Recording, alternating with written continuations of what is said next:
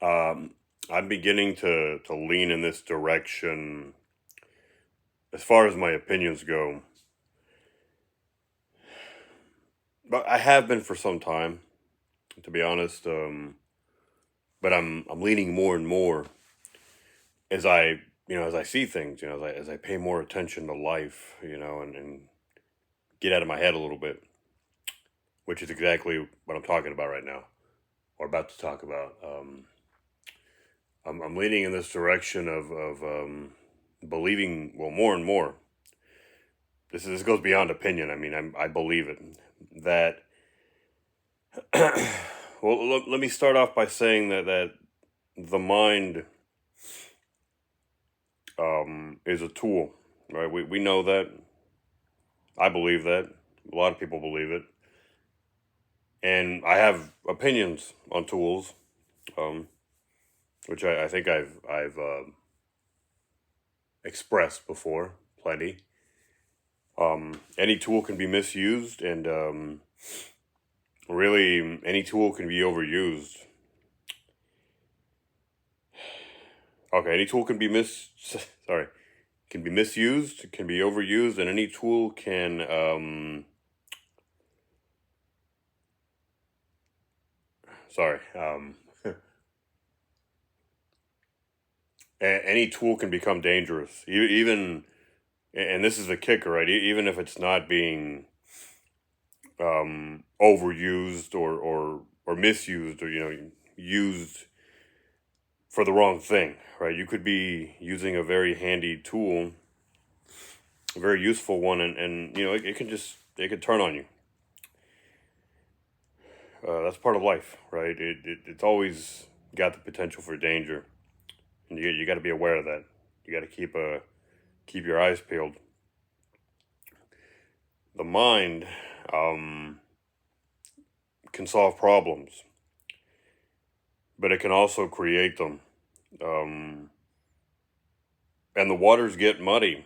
Um, how do you know that the problems you're solving weren't created in the first place by the tool you're using to solve them, right? Um, it's a very heavy-handed tool, the mind. It doesn't take a lot to be excessive and become destructive, is what I'm saying.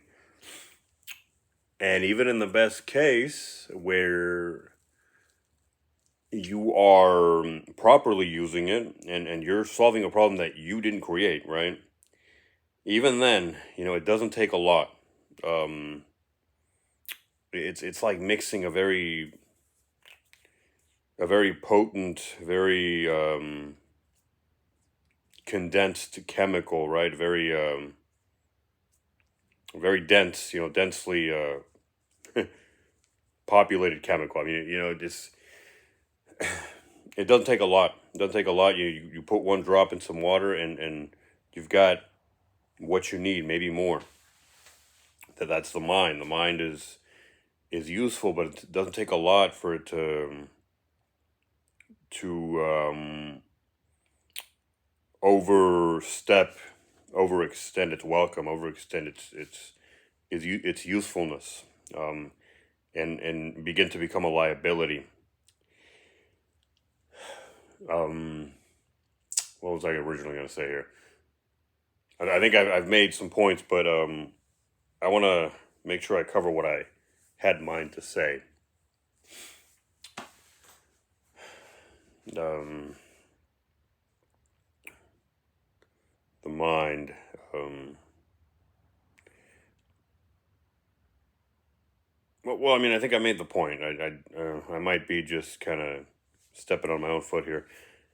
Um, I would never say that the mind isn't useful or has its uses, but I find that more and more, and the case may be different for me than for other people, but more and more,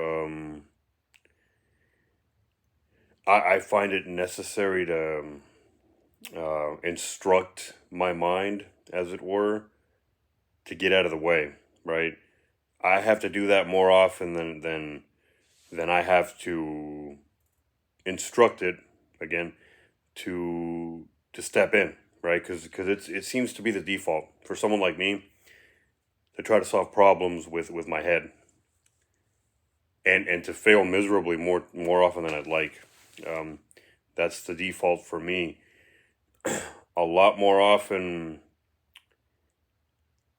than sorry, a lot more often I have to keep my mind at bay than I have to make use of it.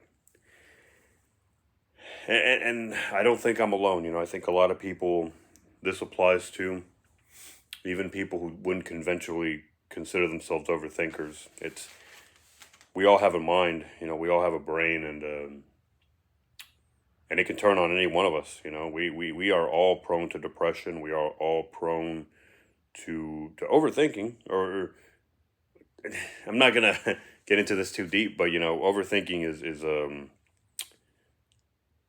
it's difficult to define. It's not something that can be objectively defined. Everybody's got a different definition.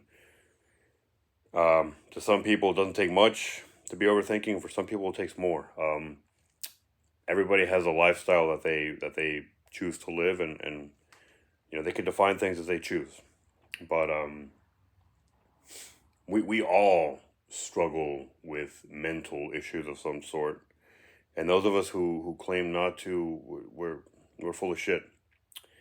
We're not being honest with ourselves or with anybody else. If you're not honest with yourself, you can't be honest with somebody else. Anyway,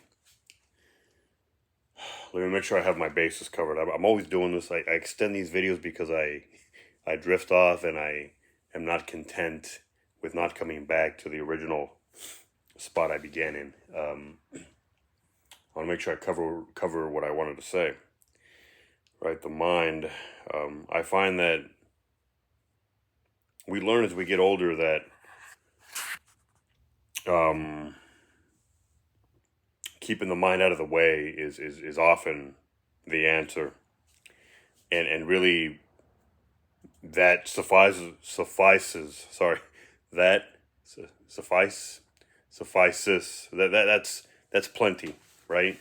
Just doing that, just keeping your head out of your way, can do a lot as far as dealing with your problems. Um, a lot more of the problems you have in your life are self-inflicted than you might want to believe. And even the problems that you don't perpetrate upon yourself, upon your own life, you certainly worsen them.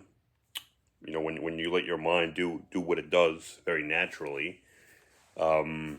Even the problems that are not created by you very often are made worse, just by applying too much of that mental energy. Doesn't take a lot. Um, and the worst part of that is that you can just shrug off accountability, right? You didn't do it in the first place, so even though you're making it much a much bigger issue than it has to be, you get to, as far as you're concerned, you get to shrug off accountability. You have that plausible deniability. You could just convince yourself that because you didn't start the problem, you didn't bring it about, nothing is your fault, right? And so it doesn't have to get fixed, or it doesn't get fixed because you don't take responsibility, even though you're dealing with 100% of the problem, right? And maybe 10% of the current problem was dropped on your lap, was dropped at your feet, and you inflicted 90% of that damage, right? You made it a lot worse. You made it a lot bigger than it had to be. But because it didn't start with you, you're just not going to be responsible. So you don't get to have any power here. You don't get to have any power over your issues, your problems, or this particular problem that we're talking about. And you don't get to have any control. You're just going to be a victim here. You get to be the proud owner of that badge, the badge of victimhood. You get to be a victim. What do you do? Right, let me get some streamers for you, and let me get you a card and maybe some cake, right? Let's do a celebration, right? You get to be a victim. It's not as pretty as you think it's going to be. It's going to suck. In conclusion, this wasn't as bad as I expected. Action, that's what I want to talk about right now. Action is huge in life. And all it takes, it's just like thought. It's just like the mind, but obviously it's something completely different. It's just like the mind in the sense that a little bit of action can dispel, a lot of negative mental energy. It can get in the way. It gums up the works in a good way. Just taking some action is enough to distract you from your, if I may call them that, self-destructive thoughts. A little bit of action can get you out of that rut, and it's not going to keep you out of it, but it can get the ball rolling, as it were. It can motivate you to start moving. And then, once you're moving, once the ball is rolling, it's easier to keep it moving. And once it starts moving enough, it's actually going to be hard to stop it, right? You got to get the ball moving. You got to take action. That's it. Sometimes when you feel yourself going into these dark places where you're just overthinking something, it could even be something positive, but you're analyzing it too much, and you're putting yourself in a potentially negative place psychologically. When you feel that happening, all you got to do is, I know it's not easy to just stop your mind from operating. I mean, because that's an action in and of itself, and your mind is active, right? But all you got to do is maybe do something with your body. For some people, I mean, it could be, and it's hard to prescribe this to certain individuals, because some people abuse these things, so this is maybe advice that I take for myself, right? Some people abuse video games, they abuse television, the news, right? The internet, right? Social media, YouTube, and what have you. If these are things that you use responsibly, then you can use them as a distraction.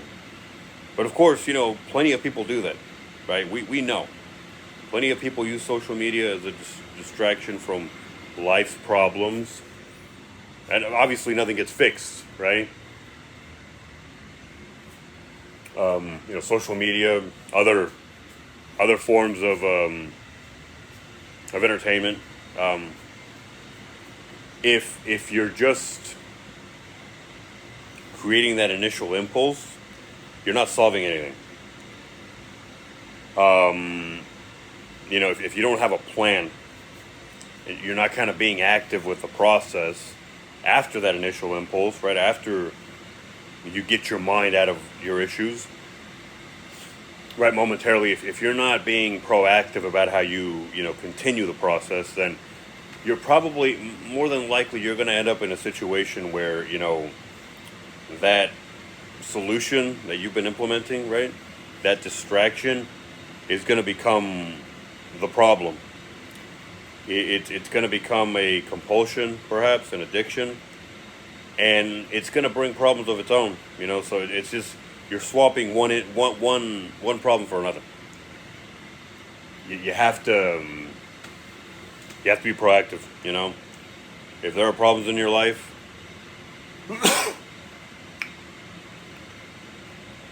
attacking them with your mind is not the answer.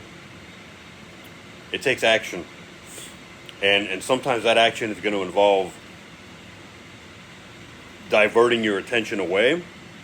But if that's all you're doing, you're not solving anything. Your problems are still going to be there. You got to have conscientious action. You got to, maybe if you need that first step to be diverting your attention, that's fine. You might not even need that. But if you do, there's got to be more. you need action that is practical, right? Not blind action isn't going to do it. You know, um, blind action can get you moving in the right direction, but you have to have something better. You know, you have to have something. Um, you have to have something with more awareness. Basically, you got to be aware. Essentially, your action has to have um, a sort of control center. It has to have an awareness, as I've been saying, and it can be blind from time to time, but it's got to have a general direction. You know, you got to be aware of where to point your efforts, basically, and really you got to be aware at all times, because you're not just pointing your attention and your potential action in a direction and then just kind of walking away, or just setting it down and letting it do its thing. You've got to be consistently aware so that you can steer the ship, as it were. You've got to be steering it consistently. You can't just go up on the deck or on the, into the captain's quarters whenever you feel like it. When you have a free second, maybe every so often, right? Maybe once a day or a couple times a day, or even like, once or twice a week, right? That just imagine, right? And I'll leave on this note. Just imagine what would happen if you were the captain of a boat. Um, and we'll leave conditions, kind of. We won't get into that. I mean, there are all kinds of potential dangers, right? So imagine you're the captain and you are not there.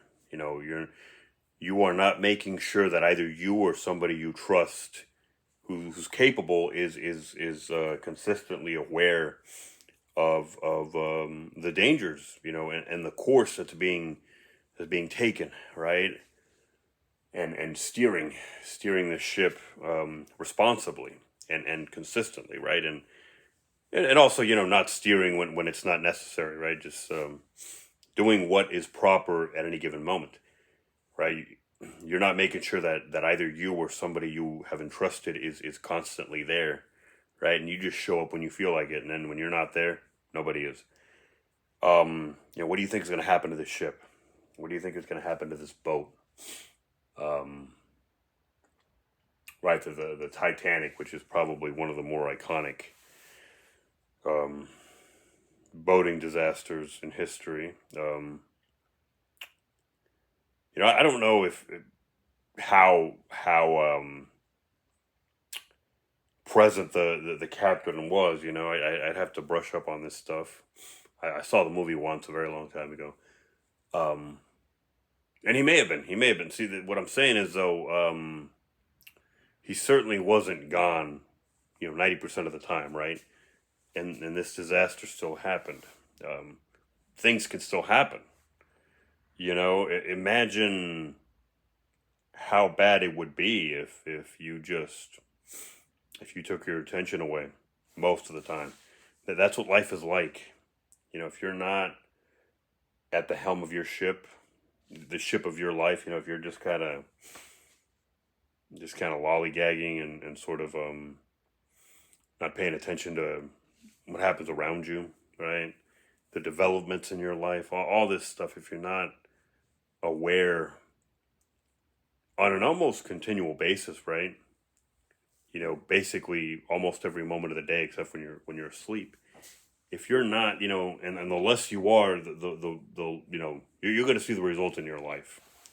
The less aware and the less present you are, um, yeah, the worse your life is going to be. I mean, that is objectively true.